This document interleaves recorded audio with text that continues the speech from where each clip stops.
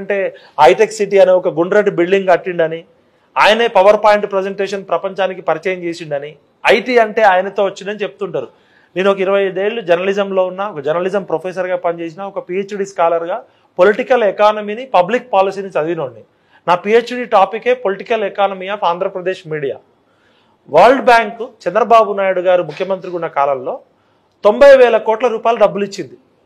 ఆ 90,000 కోట్ల రూపాయల్లో 90% ఒకే సామాజిక వర్గానికి వెళ్ళినాయి అని చెప్పి న్యూయార్క్ యూనివర్సిటీలో పనిచేసే ఒక అమ్మాయి పిహెచ్డి చేయడానికి వచ్చి, ఇది గ్లోబలైజేషన్ కాదు, ఇది కమ్మైజేషన్ ఆఫ్ ఆంధ్రప్రదేశ్ అని రాసింది. ఆమె రాసిన ఆర్టికల్ ఇప్పటికి కూడా దొరుకుతుంది. అది నేను చెప్పిందో, మీరు చెప్పిందో, కేసీఆర్ చెప్పిందో, లేకపోతే ఆమె ఒక రీసెర్చ్ ఒక 3 years మొత్తం ట్రావెల్ చేసి ఇదే దళిత డిక్లరేషన్ అని భోపాల్లో చంద్రబాను ప్రసాద్ గారు అని దళిత డిక్లరేషన్ పెట్టారు. వాళ్ళ టీం కూడా రీసెర్చ్కి వచ్చి ప్రపంచ బ్యాంకు నుంచి వచ్చిన 90,000 కోట్ల రూపాయలు 90% ఒకే సామాజిక వర్గం చేతుల్లోకి వెళ్ళి పాలు పెరుగు అమ్ముకునే కమ్మ సామాజిక వర్గం, టీడీపీ హయాం ఎన్టీఆర్ గారు ముఖ్యమంత్రిగా రాకముందు కమ్మవారి ఆర్థిక ప్రగతి, ఎన్టీఆర్ వారు సీఎం అయినాక వచ్చిన ఆర్థిక ప్రగతిలో media industry, cinema industry, print media, electronic media ఒకే సామాజిక వర్గంలోకి ఏ విధంగా వెళ్ళింది.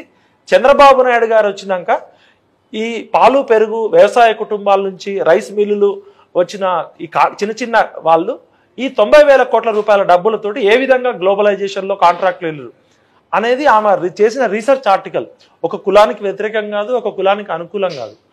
ఇప్పుడు మళ్ళీ మార్పు ఎక్కడొచ్చిందంటే కేజీఎఫ్ అంటే మనం సినిమా అనుకుంటాం, లేదా కొంతమంది కోలార్ గోల్డ్ మైన్స్ అనుకుంటాం.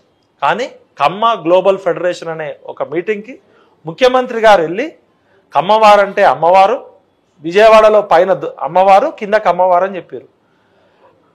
రేవంత్ రెడ్డి గారు ముఖ్యంగా ఒక ముఖ్యమంత్రి స్థానంలో ఉండి ఒక కుల సంఘం మీటింగ్కి వెళ్ళకపోవడం అనేది ఆయన విచక్షణ.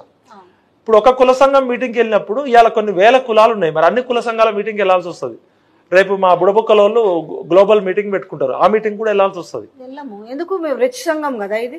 అంటే ఇప్పుడు కుల సంఘము రాజ్యాంగానికి ప్రమాణం చేసిన వ్యక్తి, దాంట్లో కులముతో పాటు రిచ్ సంఘం కూడా మార్పు వచ్చింది అంటున్నారు కదా. టిఎస్ బదులు టీజీ వచ్చింది.